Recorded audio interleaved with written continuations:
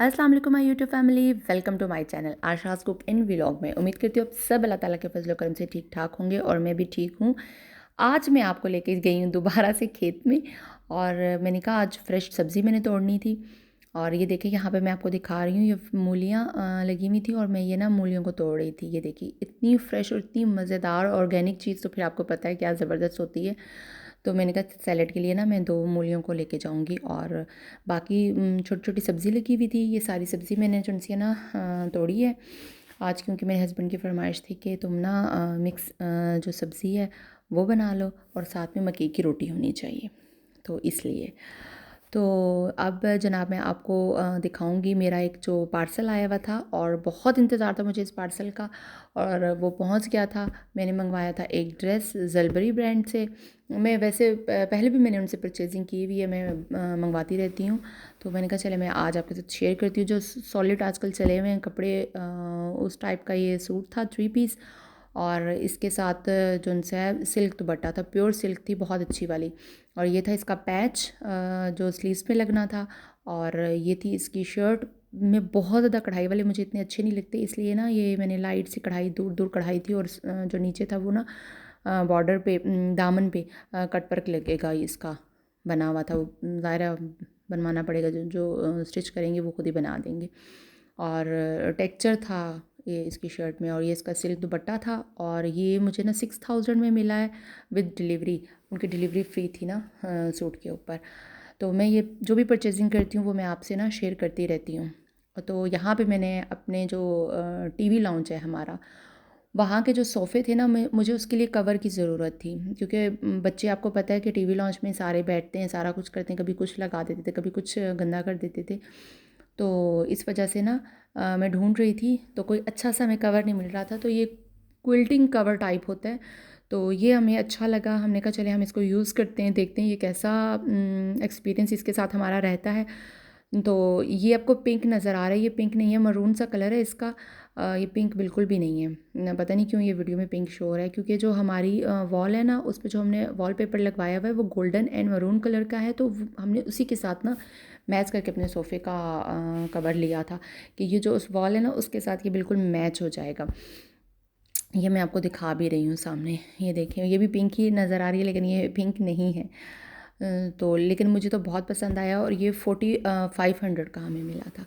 और ये देखिए हमारी सब्ज़ी, और ये बिल्कुल छोटी छोटी सब्ज़ी, फ्रेश सब्ज़ी है और साथ में गाजर है, बहुत मज़े की बनती है, क्योंकि जो आपको पता है फ्रेश चीज़ होती है वो बहुत मज़े की होती है और ऑर्गेनिक चीज़ें तो वैसे ही बहुत ज़बरदस्त होती हैं, बहुत अच्छी होती हैं। बस इनको अच्छे तरीके से आपको वॉश करना होता है ताकि ना कोई मिट्टी वगैरह कोई ऐसी चीज़ ना रह जाए, क्योंकि जो बाज़ार से सब्ज़ी लाई जाती है वो अक्सर वॉश भी की होती है, क्योंकि थोड़ी बड़ी बड़ी होती हैं। ये बिल्कुल छोटी छोटी सब्ज़ी थी ना, मुख्तलिफ़ सारी किस्म की सब्ज़ियाँ मैंने इसमें ऐड की हुई थी। मतलब इसमें धनिया धनिया भी था, इसमें सोए भी थे, और इसमें पालक भी थी, मेथी भी थी, इसमें कड़म का साग भी था और प्याज के पत्ते थे, मतलब मुख्तलिफ़ सारी चीज़ें इसमें मिक्स थी, इसलिए बहुत मज़ेदार थी और बिल्कुल सिंपल तरीके से बनती है। मैंने प्याज को कट कर लिया था और इस सब्ज़ी में प्याज जो है ना ब्राउन वगैरह नहीं किया जाता, मतलब मैं सब्ज़ी में प्याज को ब्राउन कभी भी नहीं करती, बस हल्का सा सौते करती हूँ और फिर मैं टमाटर डाल देती हूँ। टमाटर डाल के तो नमक, और इसमें मैं मिर्चें ऐड करती हूँ। हरी मिर्ची हमारे घर में कोई भी नहीं खाता। स्पाइस वैसे ही मैंने आपको बताया था कि हमारे घर में बहुत कम स्पाइसेस खाए जाते हैं ना, तो इसलिए मैंने हरी मिर्च डाली ही नहीं है। बच्चों को भी नहीं पसंद, मेरे हस्बैंड को भी नहीं पसंद ना, तो इसकी बजाय मैंने ना वो ग्रीन चटनी बना ली थी साथ में, क्योंकि सब्ज़ी के साथ और मकई की रोटी के साथ ना ग्रीन चटनी बहुत अच्छी लगती है। तो यहाँ पे बस मैंने नमक और मिर्च डाल के और मैं वेट करूँगी कि टमाटर मेरे गल जाएँ। जैसे टमाटर मेरे गलेंगे तो मैं सब्ज़ी इसमें डाल दूँगी। और जो मकई की रोटी होती है, मतलब मुझे इतनी कोई परफेक्ट बहुत अच्छी रोटी मैं नहीं बना सकती। मेरी मदर इन लॉ और जो मेरी मदर हैं वो बहुत अच्छी रोटी बना लेती हैं, तो मैं उनके मुकाबले में नहीं बना सकती।